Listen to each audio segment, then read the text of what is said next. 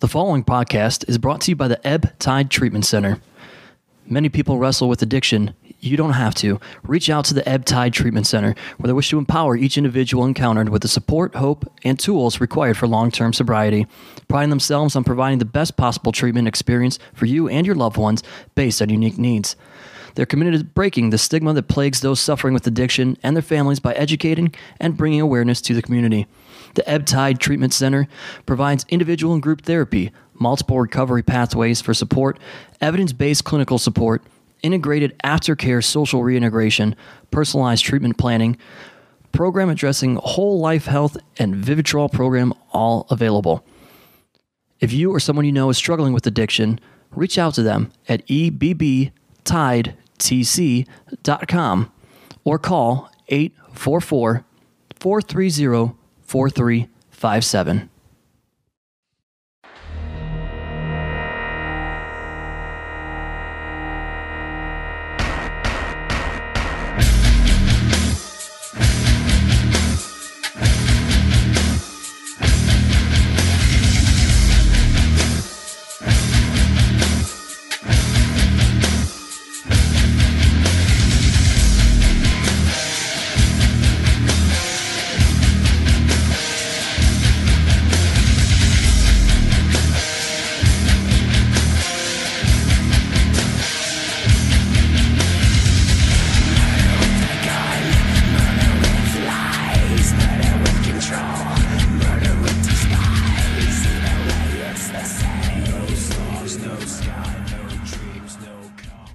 Hello once again, everybody, and guess what? We are done with the J-Lit saga. There's no more of that. On this week's episode of AIW's, the card is going to change. It's a very special Ask Us Anything. And before we get to any of that, of course, thanks to all of our sponsors, thanks to Smart Mark Video. Purchase any of our past DVDs or MP4 digital downloads from smartmarkvideo.com. Shout out to Gary and Shannon and Robles and everybody else there taking care of us and recording all of our shows and then editing them. And of course, thanks to Angelo's Pizza, feeding us once again and taking care of you guys and bringing their award-winning pizza to our live events at Mount Carmel. If you'd like to try any of Angelo's Pizza or other foods, head to Angelo's on Madison Avenue in Lakewood, Ohio. And then, of course, thanks to Jack Prince, who takes care of all of our printing, apparel, and graphic design needs. They can do all of that and more for you as well. To see everything that they offer, check out jackprince.com. That's jakprince.com. That's right. That voice that you heard, oh, well, it's the first time doing that advertisement. That is AIW owner John Thorne. My name is Steve Guy, your moderator of sorts, and we will be joined this episode by a multitude of guests. We'll have Dominic Guarini probably popping in, Dr. Daniel C. Rockingham. You might hear some Weird Body. You might hear some Brian Carson. But this episode, we say Ask Us Anything because they may chime in, but mostly we asked you, the AIW fans, to throw out some questions for John Thorne. And that's what this episode is dedicated to. And I have not previewed one of them. You have not. I have, and some I have not. But we'll get right into it. This one is an interesting one. I kind of don't want to know the answer, but I do. Asked by Ryan through Facebook, he said, what's the gnarliest injury you've had to deal with while running a show? I mean, Super Crazy was pretty gnarly. Yeah. But the only time that there were two times that an ambulance had to be called. One was for Ryan Fairley, the AIW student, for his one and only match, his debut match for his shoulder. And the other time was Sugar Dunkerton broke his arm in the middle of a match in Turner's Hall. Wow. And it was like really fucked up. And he had to have an ambulance come and pick him up. And that was really thankfully, there hasn't been a lot of injuries that have happened at AIW events. Been fortunate. A lot of injuries that probably should have happened. Yeah, I mean, injuries should never happen, Steve Guy. Well, true. We are professionals. But I'm just thinking of these Kaplan matches. Don't try this at home, yada yada. I was at a Cleveland All Pro show once, not an AIW show, but I was at a Cleveland All Pro once and show once, and a guy by the name of Sonny Landell did shit his pants while he was wrestling. Well, that's unfortunate. That is a Cleveland urban legend. I was there for that. It was like in the first match. He was wrestling some guy named Big Al. Just if that's not the most fucking independent wrestling shit you ever heard in your life, fucking Big Al versus Sonny. Isn't that the guy that Tank Abbott tried to slit his neck? I don't fucking know. I have no idea about that. Big Al, you know Big Al? Yeah, I think Big Al is the. He's an HWA guy. I mean, maybe I'm thinking of a different Big Al, but in WCW, that was definitely the guy that Tank Abbott tried to slit his neck, and Tony Schiavone was like lost on. This Big Al was never in WCW. Okay, sorry to roll by you and throw this off, Thorne. different Big Al, and then another time, also at a Cleveland All Pro show, I almost witnessed a murder.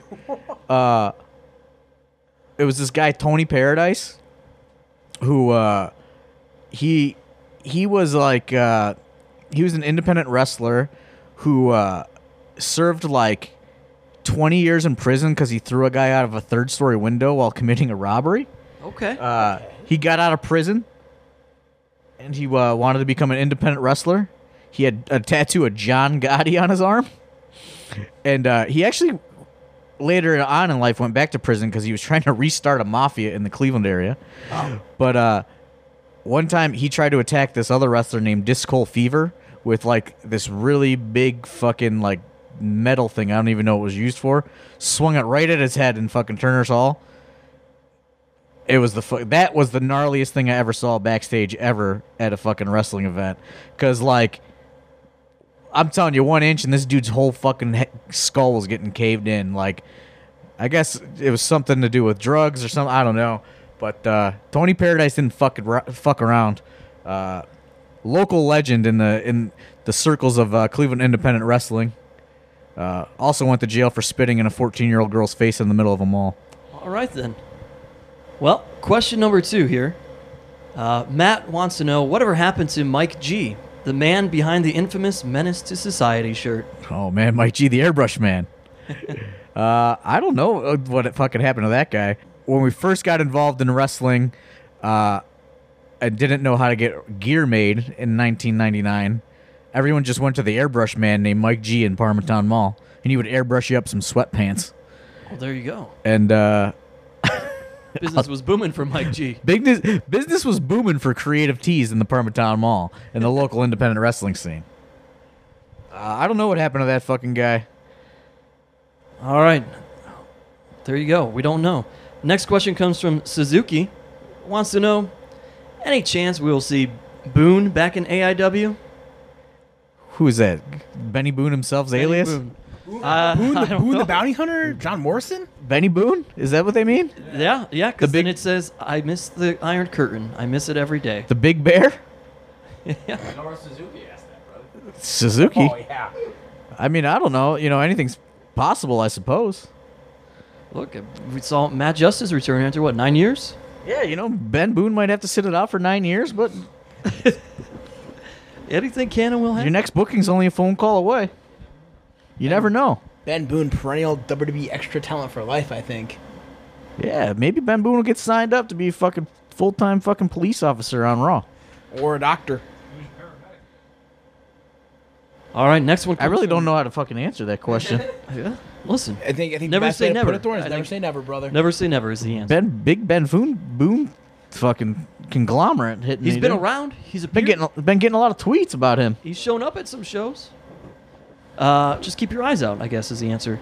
Let me know if you want to see Big Bear Ben Boone back in the ring, back in the squared circle. Next question comes from Luke. This is through email. What's your thinking in regards to bringing in the quote-unquote big ex-WWE people like Cody or Ryback? I mean, it's probably pretty expensive. It all depends. You know what I mean? Like, I think that there's a lot more, I guess, fucking interest when you go into like the eras before, you know, and get like legit legends. I think that there's like a big kind of drop off in the modern the modern guys, and they charge a premium price.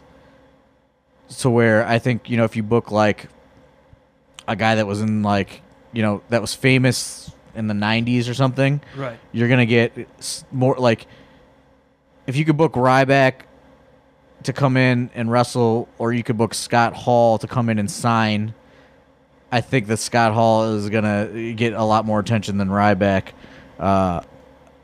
And, I haven't really ever inquired about Ryback's fee or anything, but he followed me on Twitter recently, so Hey, all right. maybe you see the Ryback in there. I thought about reaching out to him for Jaylet, Yeah. but I just, it's hard because especially with the Biggin situation, and it's hard to be like to go after those big ticket items. You know what I mean? Like, we have Arn Anderson and things like that on the books, but there's a lot more to that story than would be if we just booked Ryback. You know what I mean? Like, Sure. That's a completely different situation. Our next question is from Wes, and we may have answered this previously.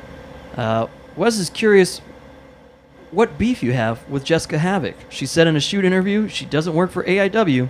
Curious what was going on there. To be honest, I really don't know. Yeah, I think this may have been on the last one. Yeah, like it was really never explained to me, honestly. She just kind of quit taking our dates one day and then said a bunch of like negative stuff about us, and then we talked and she was going to come back, and then it didn't pan out, and then she said a bunch more negative stuff about us. So I don't fuck if I know, man. Not even about you, about the black people. Man. You can't be saying that shit. Yeah, I mean, that has nothing to do with. Then she said some other bad stuff. But I don't know. You know what I mean? Like, it is what it is. Like, there's some people just don't get along, Like, Sure. and it's like, well, if this person doesn't like me, why am I going to say, hey, person that doesn't like me or wants to say, like, that wants to go and kind of say negative things about my company, why am I going to say, like, hey, let me give you my money? You know what I mean? Like, Right. hey, like, let's forget about all that shit you said. Here, come get some money. Yeah. You know what I mean? Like, it's a promoter's market, and there's plenty of people that I could book that aren't going to say fucking shitty things. So I'll just book those people. You know what I mean? It is what it is. Like, I don't know that there's necessarily beef anymore. I don't even really recall all the situation because it's a long time ago. But yeah, it is what it is. I don't think that there'd be beef like if we saw each other or we were around each other. But it's just like the damage is sort of done. You know what I mean? It's like, Sure. she said things, and it's whatever. People just move on. Yeah. It's like that Vince. It's like that Vince McMahon quote. It's like everybody should be happy around each other. If not, why are you here? Well, right. It's just like, obviously she wasn't happy for whatever reason, so that's fine. I'm sure she's doing fine. To go into we'll roll from a negative aspect of a question. We'll go into a positive one. Let me start this email from Michael, actually at the end with the PS. Before actually the questions. PS, love the podcast, and Thorne was super cool when I met him at WrestleCon. So there's that for you. Love being super cool. Here are his questions. It's better than being super crazy. Is it? I don't know. I feel like my neck is in better condition. Maybe currently, but overall, being super crazy. What show in the last 5 years do you consider to be the AIW mission statement? If someone was to ask, what does AIW represent, what show would you present to them? I mean, there's so many different directions you could go with that. You know what I mean? I mean, you can never really go wrong with an Absolution card. But then there's cards like No Sleep Till Brooklyn that it's just a fun show. You know what I mean? And it's totally outside of the box, like something you're not really going to see anywhere else. Nowhere you're ever going to see Tracy Smothers and Grado do whatever the fuck it is they did for almost an hour. And then there's shows with good wrestling. There's the Jaylet tournaments are probably fully represent AIW because it's Yeah, that's what some I'm good saying. wrestling and a lot of fucking weird stuff. Because I feel like that's kind of what we do better than most is like, it's like, okay, you can go see these same 10 people on these, all these shows, or you could fucking come see Mordecai at AIW. You know what I mean? Or, it's just something fucking totally off the wall. Right. So, I mean, I really like the No Sleep Till Brooklyn show just because it's so out there. And I really like, I feel like a lot of the J-Lit tournaments overall represent what we're trying to do. So, yeah, I mean, it's hard to just pick one fucking show. There's plenty of shows that I'd tell you not to fucking watch. I'll tell you that much. Anything with fucking you on it, brother. Talking to Alex Worldwide Keller, for those who couldn't hear. No, I mean, Here's the thing. John Thorne is afraid of love. True story. baby, dude. Well, this is the AMA episode. I would also say, Absolution 10 is good. Sure, yeah. Fuck, man. It's, there's... And then, you can just pick up a random show and, like, Bunkhouse Buck is on it, Like, Right. just fucking... It's hard to say, like, it's hard to just pick just one show. Since you did bring up J-Lit and some random people that get booked there, this question from Kurt. He wants to know, is there any chance you will be bringing in Buff Bagwell again, considering 2018 will be his retirement tour? Is it really going to be his retirement tour? Or did his booking just kind of slow up a little bit? I don't know. That is my theory, because this is what I want to know. What does Buff Bagwell do in 2018? Like, where's he go? Like, Gigolo, brother. what's his career path post wrestling? Yeah, maybe he's got enough dollars in Are you- smart investments. I don't know. Are you insinuating that come 2018 he's buff, he's the stuff, and he doesn't have it going on, Thorne? I'm insinuating in 2018 he's gonna go, I had such a great run. I'm going another year. I'm gonna do it again. We'll never retire. So Oh, speak of the devil, he's on the television. Little stars and stripes. Good boy. yeah. But like, I mean, I could be wrong. He could have a fucking a lot of money invested in mutual funds, Monsoon Classic style. Right, he might. But my theory is maybe his work was slowing up a little bit, and he's just trying to fill that calendar, man, and he's probably trying to fill it at a premium price right now because it's the final run. But like I said, I could be wrong. That's just that's how I viewed everything that's going on. But So stay tuned is kind of the answer. yeah, stay tuned because let's see if he started filling those dates up and people bid on that fucking press release. I'll hit him up in October and see what's fucking going on. Well, Kurt also has another interesting question here. What is your stance on ultra-violent wrestling in the modern day, considering matches like the Young Studs and the Carnies? Any future for those in AIW? To be honest, I am not a super fan of ultra-violent wrestling. Based on, like, if there's no build-up or story to it, I think it's kind of a waste. And that probably contradicts a lot of things that I've done personally as a wrestler. But just as I get older and I guess, study wrestling or understand wrestling or whatever, you know what I mean? Your taste change. I'm not a big fan of it anymore, especially in, like, today's society, too. There's just... People are very sensitive. Right. And like that Carney's Young Studs match was not supposed to happen, was not cleared to happen. It wasn't like, hey, it wasn't like I said, hey guys, I want you to go do this fucking crazy ass fucking match. Those guys took that upon themselves and did that. Yeah. in a perfect world, they would not have had that match because there was no point to it. You know what I mean? The Carnies had no more dates coming back. You know, there was really like where do you go from there? You know what I mean? Okay, like you can't change the fucking plans that are already in the you know what I mean? Yeah. Like we're going to the J-Lit tournament where like none of you guys are coming back. You know, like the Youngsters are just going to be in a match now at the J-Lit weekend. Right. So I personally like I'm not going to I think it's more meaningful like I said before when you do like the Attitude Era fucking crowd brawl main event spectacle for the live audience. But like ultra-violent wrestling, I just think there's too much that could go wrong now,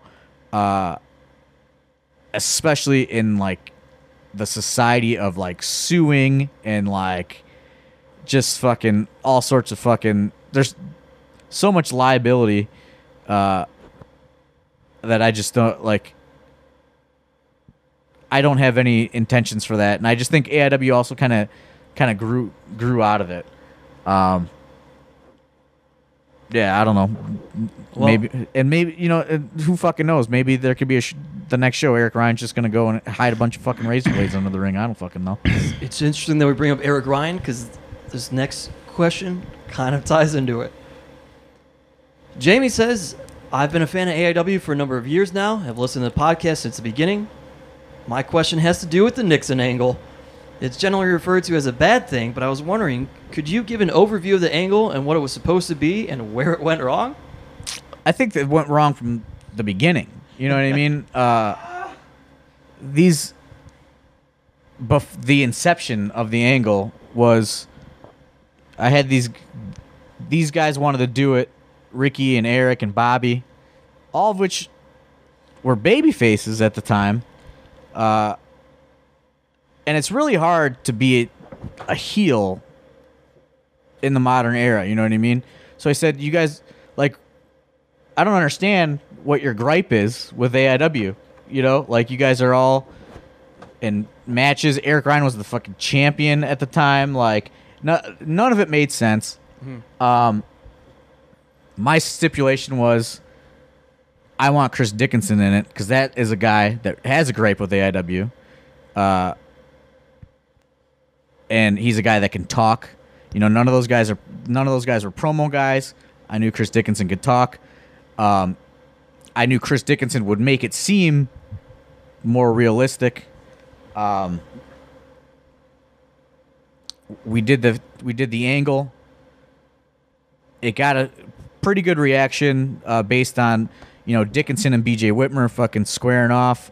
It was really chaotic. Then Dickinson destroys the belt, which was not supposed to happen. Fucking throws the fucking championship belt plate into the crowd. Almost hits somebody. All this goes down. And then Chris Dickinson decides he wants to retire after that. Doesn't want to do any more shows. That'll end an angle. So then we have to rewrite it. We put the Duke in there because these guys need a mouthpiece. Then Chris Dickinson decides he wants another chance. He doesn't want to retire.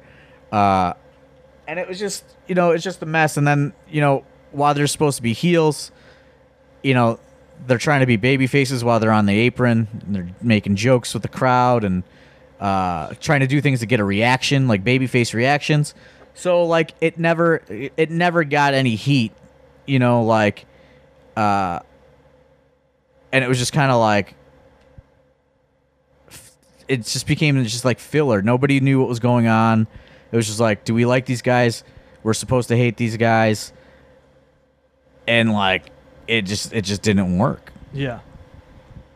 All right. I hope that's a good explanation. I don't know. Like, I think enough people have asked about the Nixon angle. It's Worldwide wants to stick. What do you got to say about it? oh, I want to say that the beginning of that Nixon angle was actually my first AIW show. So, because that was the one with you and Ricky and no rope bar wire deal at the start of the show. Yep. Yep, I was living right up the street from Turner's at that point in time. And I remember, I forget who I brought up there, and they were just like, what the fuck is going on? Like, the lights went out, and they were just smashing shit and all that fun shit. And, I mean, we had a good time, but we never knew what the fuck was going on. I think that's kind of the story of the Nixon angle, you The know, long and the short of it. like the Nixon angle on paper worked if it was 4 guys. Was that the same night that Dickinson brother Butcher happened, or was that a No, different that's night? different. That was a different night. That was a great night too, That was a couple months later. which I hold deep in my heart. But anyway, I'll pass it back to Steve Guy. No, that happened at Hell on Earth 8, I believe. Oh, that was when Eric Ryan bled across all the walls at Turner's Hall. Yeah. So Nixon, the Nixon angle works if it's 4 guys, not in AIW currently. Right. But it started as It started with a Duke retirement angle, didn't it? no, it started that I Duke remember that show. It was like, oh, Duke wrestled a match and he lost. And it was Worldwide. You don't even have a mic, dude. Oh, terrible, sorry. No, This is what I remember as a drunk fan. give him a microphone. He's just gonna yell unless he gets a microphone. This is what I remember as a drunk fan. I remember there was the whole deal, and there was some sort of a match where fucking don't- Duke just- had a match with somebody Streams? where it was like a goddamn Jock Sampson. Yeah, and it was supposed to be like last match ever in the AIW type of dealy. Yeah.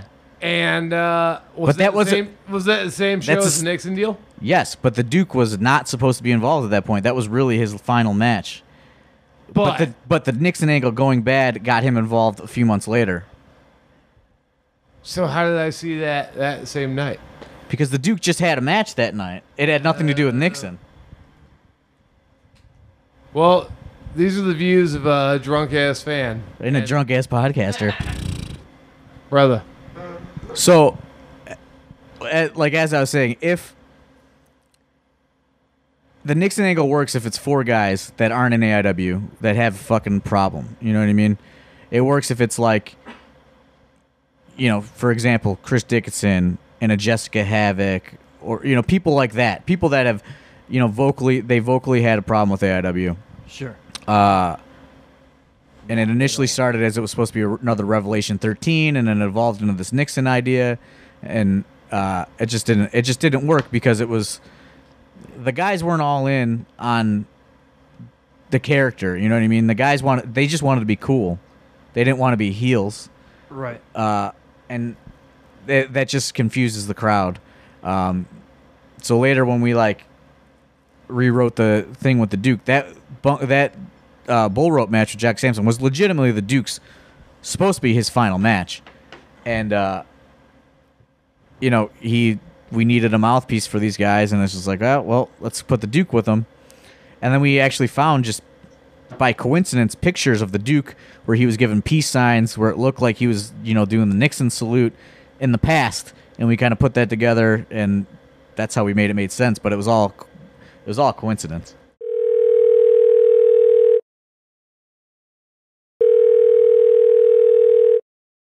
Hey, what's up, everybody? This is Alex Worldwide Keller. Sorry if I sound bummed. I'm calling you from prison. That's right, guys. I'm in prison.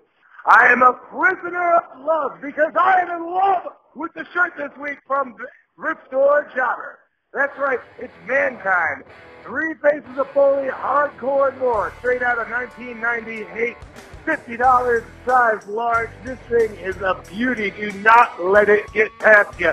Check him out on Instagram, Etsy, and eBay. And remember to use the promo code WORLDWIDE to get 10% off any order. And get ready for that Luna Vachon original Thrift Store Jobber t-shirt coming to you live. EPSO, July 21st. Prison's never felt so good, baby! Woo!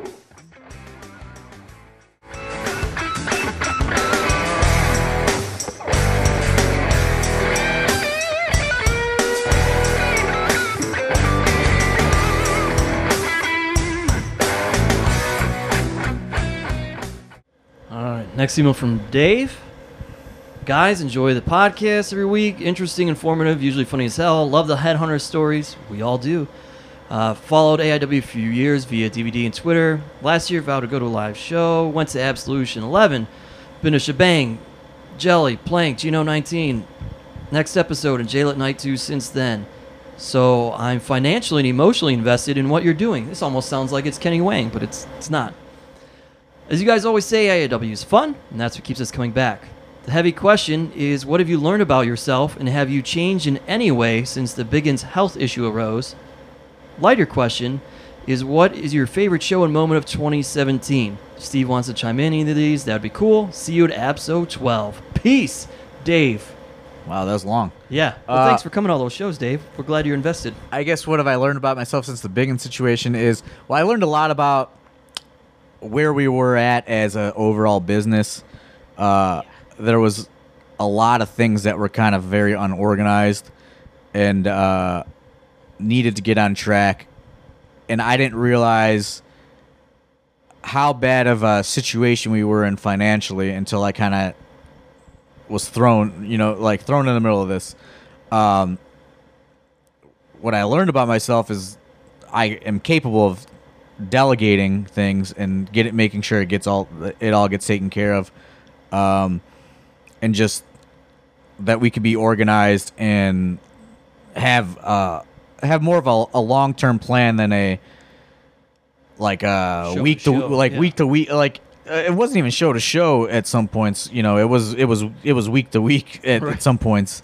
So now it's kind of like I learned that I can be a lot more responsible than I thought that I could be, because I didn't really want to be. Right. You know, like it just. So I guess it was. I don't know. It's a unique situation to be fucking thrown in the middle of the chaos that was the AIW business. Like, obviously, I've always been involved in it, but there was just some stuff that I wasn't. You know, I purposely didn't want to deal with finances and the reality of it, and I guess it's just, it sounds kind of cheesy or whatever, but it's forced me to kind of grow up and like focus on what needs to get done, instead of this just being. It was like our lives and things like that, but it was also kind of like a hobby, you know what I mean? Yeah. To where I had one foot in and one foot out in the real world. So now I've been forced to kind of go all in on it and try to get it on track. So I don't know if that answers the question or not. But. Yeah. I mean, for me, it was kind of slowly stringing along, with you guys, and a little bit more here, a little bit more there, and then the Biggins situation just changing everything. I mean, for people from on the outside looking in at this point, Thorne and I go back and forth multiple times throughout the week, and we're talking about, hey, here's where we are, here's what's going on, and same deal. And I mean, dealing with the finances and trying to get things more organized has really been kind of the difficult part of the whole thing, and just trying to figure out where we are going forward, and trying to get the debt that we're in on track and paid, and it's been quite a bit, honestly. And really, realistically, as we sit in this room with all these guys right now, it's been a lot of people who things that happened with what happened with Biggins and where he still is. So many people have stepped up and taken something on and done more maybe than what they were previously, and helped us succeed with where we are right now in 2017. And I mean, things are still, touch and go, but they're on pace to be better and rehabilitated. Hopefully, for when Biggins returns, things are going to be totally on track and where they should have been the whole time. We just kind of were going so hard for so long, and just things add up quick, and it's like when you're kind of we also got to kind of change our philosophy to an extent, because we always would kind of teeter on like, we want to be this, but like you have to kind of cater to what the wrestling fans want, in that demographic of, those dream matches. You have to hit that to an extent, you know what I mean? Sure. But we also want to have our own identity, and it's kind of like we were chasing after that kind of like false sense of success and like acceptance or whatever, and that could get you that gets you in the debt real fast. So that's that's one thing that's kind of I've also learned about myself. It's kind of like, hey, like step back and like let's get a clear focus. And the lighter question in there: favorite show and moment, or moment of 2017. Man, like it's hard to remember. It's hard to remember any show. You know what I mean? So much has happened already. Yeah. It's just as Weird Body said, CTE. Maybe more so, definitely more so for you than me. Which, if I'm gonna answer that, one of my favorite moments of 2017 thus far is the return and the pop of John Thorne at the next episode. I forgot that already happened already. Along with my favorite other ongoing moment is this whole Louis Linden embracing the pirate. I think that's kind of that is one of my favorite kind of things that has happened in 2017 is Louis Linden kind of taking the negative to close out the year last year and turn it into a positive. I think probably one of my favorite matches of 2017 was Ray Monroe versus Laredo Kid. Like things happen in wrestling so fast now. Stuff that's good gets forgotten so much faster. Sure. But that's definitely a match that stands out. The whole J-Lit weekend, I think is a moment in itself, as we documented in our fucking 4-part miniseries over the last month. Our friend Mike from Virtual Pros. Do you have any interesting stories of a wrestler refusing to cooperate with your booking decisions? Could think of one. That's a episode on its own there, Mike, but we'll come up with something else. If not, Available can you in at the least make archives. one up? Yeah, archives all day. 2 episodes on it. Michael. Aside from the obvious, What's do you, the obvious? I don't even know. Riddle. He never said a problem. well, told everybody else he had a problem. Well, Anyone actually tell you that they had a problem with the booking and refused to cooperate? I mean, this will go way back, but I remember when we booked AJ Styles, he refused to lose, and that was like, I don't know, like 2007. So he had to go to a time limit draw, 15 minutes with Starless. It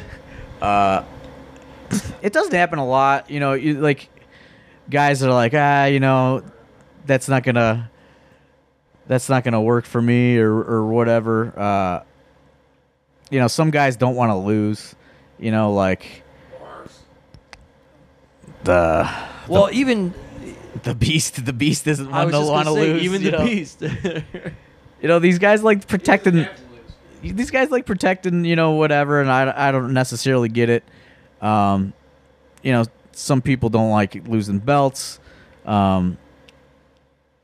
It's just, there's never been an outright like, no, I don't want to do this really. Yeah. Like I don't like where my fucking character is going or any of that fucking nonsense. Although the Headhunters really did want to fucking, they really did fucking want a shot at the fucking singles belts. Well, a couple of these people want to know about supercards. I will say we answered that on the first AMA. So go through the archives, kind of like who, people you haven't booked, who you really want to, and take a listen back there, folks, in that first AMA. That's just kind of general there. This one, pretty easy. Just going to entertain it. Was Missy Hyatt really engaged to Dick Justice? Absolutely. Listen, I was booked to be the minister. Just because you don't go through with the I do's doesn't mean I don't get paid. So I'm still waiting on that from them. Man, I've been seeing some People have been posting these really fucking hot pics of Missy Hyatt from fucking back in the day on Twitter. Fucking that WCW Worldwide account. Whew. I wish I was engaged to Missy Hyatt. Tell you what. Dude, even back in fucking ECW, 98, 99 and shit. Fucking 2016, brother. I'd get into that. It's been a long time. Oh, here we go. This is a loaded email from Eric. Let's start with this one first. Why do you refuse to give the people what they want? The Duke World Order. I refuse to give the Duke what he wants. Is Eric some kind of like shield for Pete sending this email in? Did you? I mean, it says Eric. Okay. I refuse to give the Duke what he wants. And the people definitely don't want the Duke World Order. No.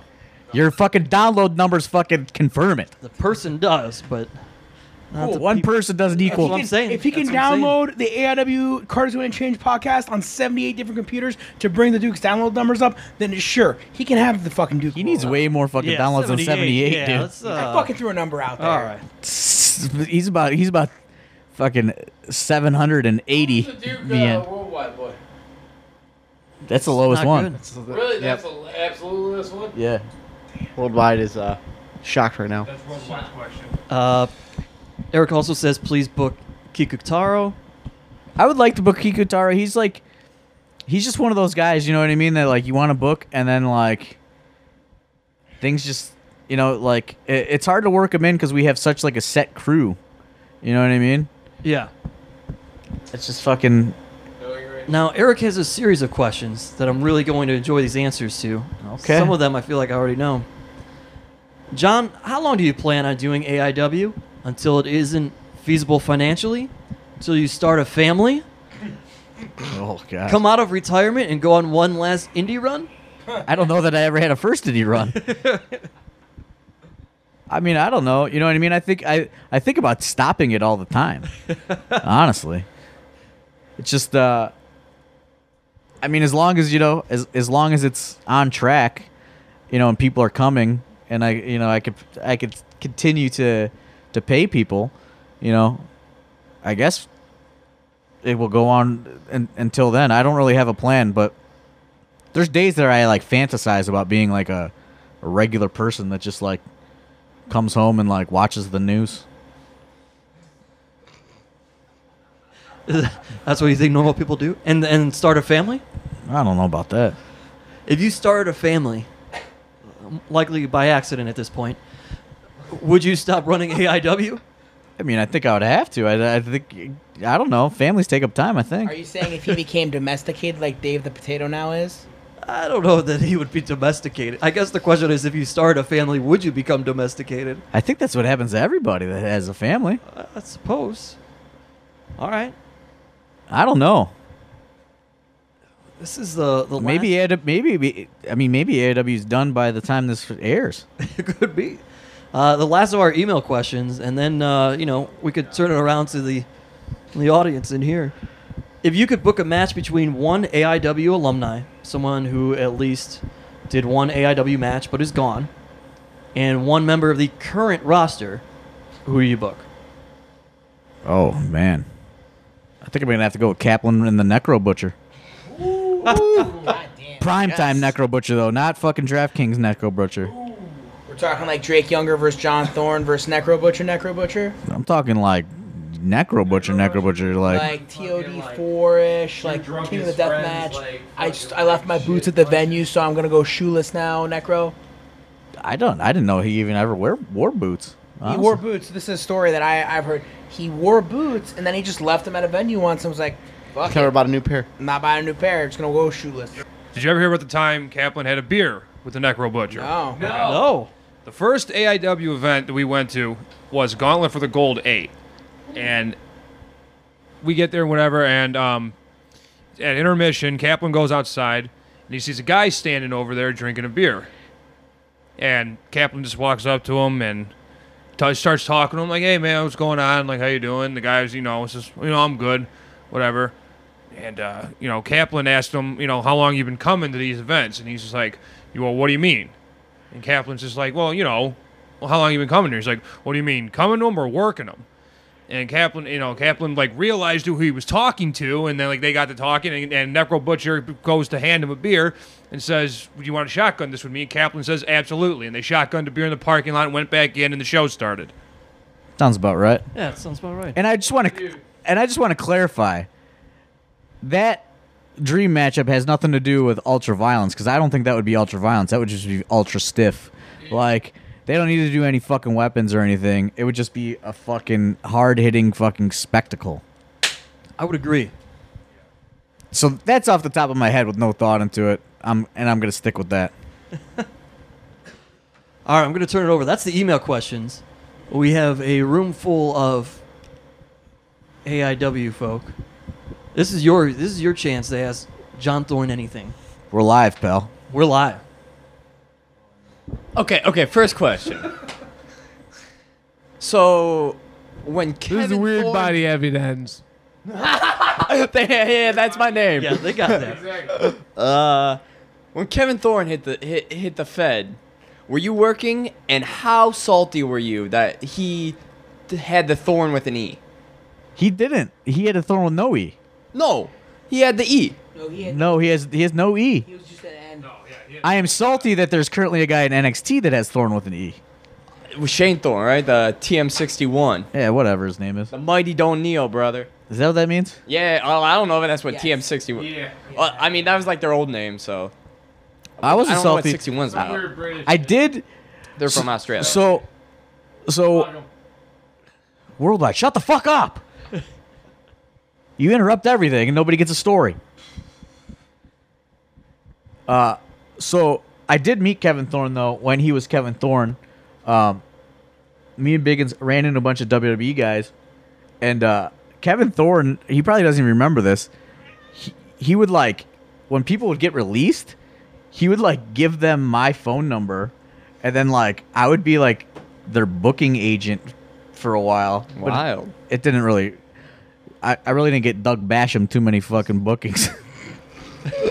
Damage ya? But You're a real brother, man. But that same night that we fucking met Kevin Thorne, Umaga was there, and Biggins was trying to be a fucking big baller, you know? And he goes, "I'm buying everybody around." And like we're in a bar, and it's like Umaga, Randy Orton, Sabu, Chris Masters, fucking Legends. Kevin Terrible Thorne. All of decision them. on Biggins' part. Kevin Thorne goes, "I'm buying everybody around." Umaga goes, "I want a chocolate milk." So Biggins gets him a chocolate milk. I don't know what the fuck was going on. He gets his chocolate milk, and Umaga is fucking pissed. And he tries to fight Biggins in the bar. And Armando Estrada has to get in between Biggins and Umaga. Yeah. He goes, "What the fuck did you get me chocolate milk for?" And Biggins goes, "That's what you ordered. I said I'm getting around." He goes, "Fuck you. I want a glass of wine." That's gonna mix well. So I don't know what the fuck was going on with that chocolate milk and wine mix for Umaga, but I don't know if that was your question, but that's where we got. Yeah, that's good. I'm glad we went there. That was a good turn. Next. One guy, alive or dead, that you could book. Let's just say you had unlimited budget, Thorne. Money is not an option. Alive or dead, who would you go with? Better be Mike Dawson. I know the answer. Did you know the answer? I'm trying to think of the answer. Chris Treddy, brother. He's alive. Wait, alive or dead? Come Book on. anybody. Hey, we're throwing money out the window here. He can book anybody. Chris Treddy. Everybody's on limits here. Top of the Mike list. Dawson or Marcus Eubanks? Okay, well, like this, I feel like your question would be better if you just said dead, because alive, I'm just gonna say The Rock. Well, I'm not even saying. Here's the deal, though. I'm not even like. I'm not posing this question from like you're drawing money. I'm posing this question from like an all around. Like I want to hang out with him. He's I want to fuck him to wrestle. It's still The Rock though. Fucking Rock, dude. Like, I don't know. I thought maybe you'd go with like a fucking Ric Flair, so you could fucking party with him after. Or Chris Treddy, man. The Rock, dude. He'd get me fucking extra in a Okay, fast that's- movie, dude. okay, He fucking kicked. He kicked my fucking acting career off. let's. I wasn't fucking as lucky as you guys. I didn't get cast in fucking Powerbomb, dude. I got replaced by the Duke, so who then got replaced by Derek Direction. Well, Okay, so let's rephrase that. Dead then. dead? Ooh, Eddie Guerrero. Okay. All right, yeah. All right. I'll take that. I feel like I couldn't deal with the fucking bad publicity of booking Chris Benoit. What about Macho Man? Yeah, that was. I thought maybe. I was thinking Macho Man, maybe. Macho, but. But you want a guy that might still be able to work, I guess. Yeah. Yeah. Macho Man? Yeah, no? Yeah. Yeah, I mean, he's all right. Oh, I love the Macho Man. Yeah, All right. man, Macho Man John or Thorne. Bonesaw? That's fair. I like the Eddie Guerrero answer. Carson, question? I mean, Mike, Go on. you want Mike Awesome? I'll comment right now. You don't have one? Give me fucking Mike Awesome. Thank you, 9699, fucking Mike Awesome all day. He's a sellout, man. He's a turncoat and Joey Styles. He turned. I have one. You fucking. I have one. Give him a- piece of Why trash. don't you say your thing on a microphone instead of fucking yelling it in the background where it's going to be inaudible. And it's just to be noise in the background. All right. Weird Body, you said terrible things about Mike Awesome. Well, no, nobody even heard your Mike Awesome stuff. I said Mike Awesome. Mike Awesome's the brother, the dude, the guy. All right, Yeah, he's well, a fucking. I would not book Mike Awesome because he turned on fucking ECW, dude. He turned on ECW, but you know what? Become the fat chick thriller. turned on him. ECW didn't turn on him, dude. They didn't have the money. He had to show up with fucking Doug Dillinger to make sure fucking nobody beat him up, dude. Well, you know what? The Gladiator was ready for all comers I and have another one. hit All right, so. Dude, the dives, the bombs. Mike Awesome was like a 5-tool player and was ready to deliver on that microphone. Ken Griffey Jr. over here. Okay, now that Worldwide's done, No, it's a Wait. 5-tool. Oh, He's a Carson 5-tool. That's what I meant. He's a 5-tool player. Fucking Brian Carson, how do you feel about goddamn Mike Awesome? It's a turncoat. very limited That's wrestler. the simplest thing to say. He's a I'm sorry. Yeah. I'm sorry. I gotta agree Yeah. with you, Weird Body. I mean, Paul E was able to book him the way that he needed to be booked, and no one else ever That's understood exactly how Paul E needed to book anybody. I'm sorry. I hate to I'm sorry. speak Last ill time I about checked, anyone, the but- moment Mike Awesome left ECW, what did he do in his career that was of any relevance worldwide? Well, he wasn't power bombing fucking Spike Dudley through 8,000 tables over and over and over again. That's fine. Once again, he didn't do anything. So beyond that's on WCW. Bischoff for being a bish. Bischoff had no control over WCW at that time. Well, he should have because Mike Awesome was money. Okay, can we switch the microphone back to Steve Guy? All right, I Brian, guess. Brian, do you have a question? yes. Okay, I actually did think of one. All right, Thorne. Realistically, I mean, not saying like Brown Stadium or like Jacobs Field. What is the one place in Cleveland that you want to run? An What event venue? that? Yeah.